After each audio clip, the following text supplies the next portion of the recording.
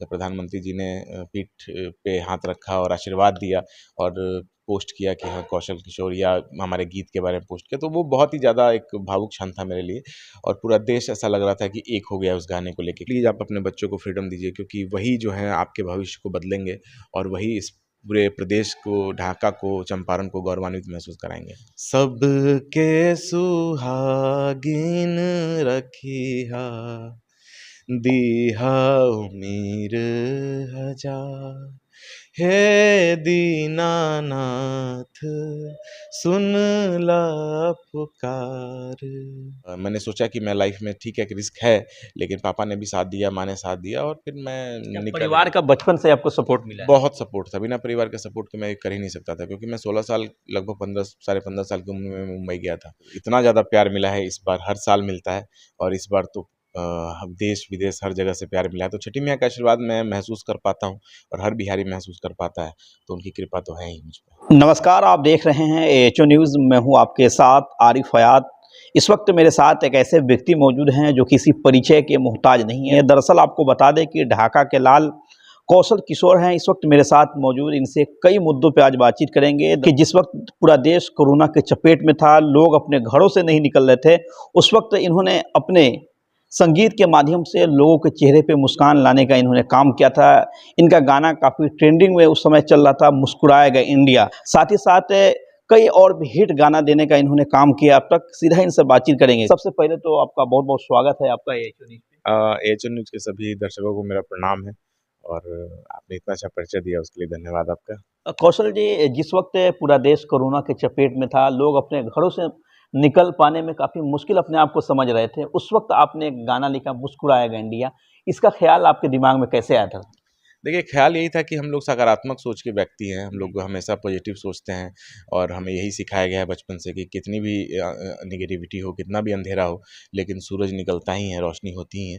तो जिसमें सब कुछ बंद हो गया था, सब कुछ लग लोग मायूस हो गए थे, उस समय भी एक सकारात्मक गीत की ज़रूरत थी देश को और भगवान ने मुझे इस लायक बनाया कि मैं ये लिख पाऊँ, तो बहुत गौरवान्वित महसूस करता हूँ। जब प्रधानमंत्री जी ने पीठ पे हाथ रखा और आशीर्वाद दिया और पोस्ट किया कि हाँ कौशल किशोर या हमारे गीत के बारे में पोस्ट किया, तो वो बहुत ही ज़्यादा एक भावुक क्षण था मेरे लिए और पूरा देश ऐसा लग रहा था कि एक हो गया उस गाने को लेके। क्या बच्चा, क्या बूढ़ा, उस क्या। समय कैसा लग रहा था कौशल जी को? मुझे बहुत दिन से इंतज़ार था उस पल का, क्योंकि मैं एक बहुत लंबे टाइम से स्ट्रगल कर रहा था। 2006 से मैं बॉम्बे में हूँ और 2021 में ये घटना घटी थी। तो मैं इंतज़ार कर रहा था और भगवान ने मेरी झोली को भर दिया। तो अच्छा ये लगा कि मैं देश के लिए कुछ कर पाया और आगे भी करता रहूँगा। कौशल जी, ढाका से आपकी क्या कुछ यादें जुड़ी हैं? ढाका से अब तो इतनी यादें जुड़ी हैं कि कहने लगूँगा तो आपने आपके बचपन पास आपका टाइम ढाका है। में गुजरा होगा। हाँ, बचपन मेरा ढाका में गुज़रा है। मैं कांटी में जन्म हुआ, ननिहाल में मेरा। आप जी। जानते हैं कि ननिहाल और ददिहाल लगभग एक जी, ही जी। बात होती है। तो लेकिन पढ़ाई-लिखाई बचपन से यहीं हुआ और अपना स्कूल भी था, तो वहाँ पढ़ाई-लिखाई हुआ। फिर ढाका उच्च विद्यालय। तो क्या बोलूँ, इतनी यादें हैं कि जितने जितना भी बोलूँगा उतना कम होगा। लेकिन यहाँ के लोगों से सीखने के लिए मिला। बचपन जब मैं याद करता हूँ तो चाहे मंदिर जाना हो, चाहे शाखा में जाना हो, चाहे यहाँ के टीचर जो है, हाई स्कूल के टीचर्स, हमारे टीचर्स थे, उन्होंने कितनी चीज़ें सिखाई। हमारे जो ट्यूशन टीचर थे, आप समाज में रह के भी सीखते हैं। सबसे अधिक चीज़ जो सीखने के लिए मिलती है वो मेहनत। जी। यहाँ के लोगों में कड़ी मेहनत करने की बहुत क्षमता है और वो क्षमता जो है आपको कहीं भी मतलब अपने आप को प्रेज़ेंट करने के लिए काफ़ी होती है। तो बिहार में एक कर्मठता है, बिहार के लोग, आप जानते हैं बाहर में यही कहा जाता है कि बिहार के लोग हैं तो हार नहीं मानेंगे। तो हार नहीं मानना जो है वो यहीं से सीखा है मैंने। कौशल जी, जब आप ढाका आते हैं तो उस वक़्त कैसा लगता है? ढाका आता हूँ तो क्या बोलूँ, मुझे पूरा ढाका ही मेरा घर लगता है।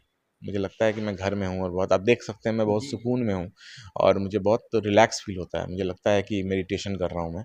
और जब मैं बॉम्बे जाता हूँ तो मैं पूरी एनर्जी के साथ काम करता हूँ, लेकिन यहाँ आता हूँ तो बहुत निश्चिंत से, आराम से, शांति से रिलैक्स करता हूँ और अच्छा लगता है मुझे। कौशल किशोर इसी बिहार के ढाका से निकलकर आज मुंबई ही नहीं बल्कि देश-विदेश में झंडा फहराने का काम किया। अपने एक बड़ी बुलंदियों पे जा चुके हैं, तो एक बिहारी होने के नाते कैसा लगता है? देखिए, ये तो मिथ्या है कि बिहार के लोग को ग्लानि फ़ील होती है। मुझे तो गर्व महसूस होता है और सबको होना चाहिए, होता ही है।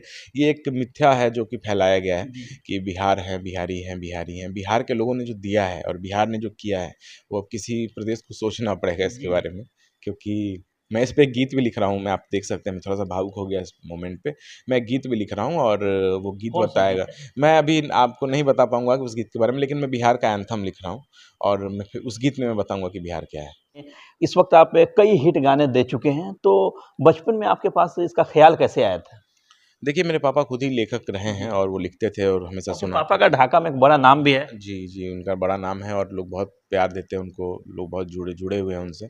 तो उन्हीं से मैंने उन शुरुआती दिनों में सीखा कि वो क्या लिखते हैं, क्या बोलते हैं। तो पिता का एक गुण आता है बच्चे में, वो गुण आया, फिर उसको मैंने जब पापा को सुनाया, बड़े पापा ध्रुव प्रसाद चौधरी जी, वो किसी ना पहचान की जी, मोहताज नहीं है। फिर वो उन्होंने बहुत हिम्मत बढ़ाई, पापा ने हिम्मत बढ़ाई और उसके बाद मैंने सोचा कि मैं लाइफ़ में ठीक है कि रिस्क है, लेकिन पापा ने भी साथ दिया, माँ ने साथ दिया और फिर मैं क्या निकल परिवार का बचपन से आपको सपोर्ट मिला है? बहुत सपोर्ट था, बिना परिवार के सपोर्ट के मैं ये कर ही नहीं सकता था क्योंकि मैं 16 साल लगभग 15 साढ़े 15 साल की उम्र में मुंबई गया था। तो उस समय बॉम्बे जाना एक बच्चे के लिए नहीं, एक माता-पिता के लिए रिस्क होता है। बच्चा तो उस समय होश में ही नहीं होता है सही से। ढाका को छोड़ करके जब मुंबई गए तो उस वक्त के बाद कितना संघर्ष करना पड़ा वहाँ? देखिए, संघर्ष तो सबको करना पड़ता है सर, आप भी आज संघर्ष कर रहे हैं, लेकिन एक पॉज़िटिव सोच के साथ कि कभी भी मुझे ये नहीं लगा कि नहीं होगा।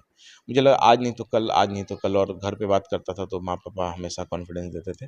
तो उन्हीं के कॉन्फिडेंस का असर है कि मैं कभी भी डीमोटिवेट नहीं हुआ और मेहनत करता रहा, करता रहा। कौशल जी, इस मकाम तक पहुँचने में अब तक के हम चाहेंगे कि 2-4 ऐसा पॉइंट हो जो आपके जीवन में एक यादगार के तौर पे आप उसको याद करेंगे हमेशा? देखिए, मुझे लगता है कि मेरे जीवन में सबसे बड़ा जो पॉइंट था वो ये था कि मुझे जब एहसास हुआ कि कोई भी सफलता जी। अच्छाई और सच्चाई से बड़ी नहीं है। तो जिस दिन मुझे ये पता चला कि सच्चाई की शक्ति बहुत बड़ी होती है और अच्छाई की शक्ति बहुत बड़ी होती है, उस दिन से मेरा जीवन बदला। और मुझे सब लोग जितने भी आपके दर्शक हैं, बहुत सारे बच्चे हैं जो मुझे मिलने आते हैं, कल भी बहुत सारे लोग आए थे और बहुत सारे पूछते हैं क्या करें, क्या करें? तो मैं उनको यही कहना चाहूँगा कि जो अच्छाई है और जो सच्चाई है, उसको अगर आप पकड़ के रखेंगे तो कला कोई बहुत बड़ी बात नहीं है। कला एक सिद्धि है, एक मेहनत करने से हासिल होती है, वो आपके पास आ जाएगी। लेकिन जो शक्ति है वो सच्चाई और अच्छाई की शक्ति को पकड़ के चलिए, जीवन में किसी का बुरा मत करिए, सबके लिए अच्छा सोचिए, सबके लिए अच्छा करिए। तो आप जिस भी तरफ जाएँगे, उस तरफ ही आप पे भगवान कृपा करेंगे और आपकी ज़िंदगी बहुत आसान हो जाएगी। इसलिए जो मेन फ़ोकस है, वो अच्छे इंसान बनने पे करना चाहिए इंसान को। तो वो मेरे लाइफ़ का सबसे मेन पॉइंट है, जिसके बाद मुझे सफलताएँ मिलनी शुरू हुई।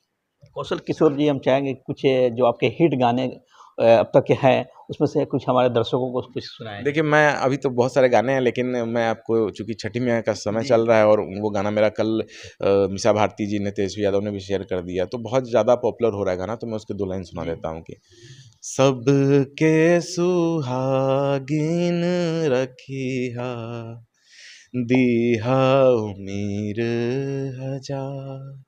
हे दीनानाथ सुन ला पुकार।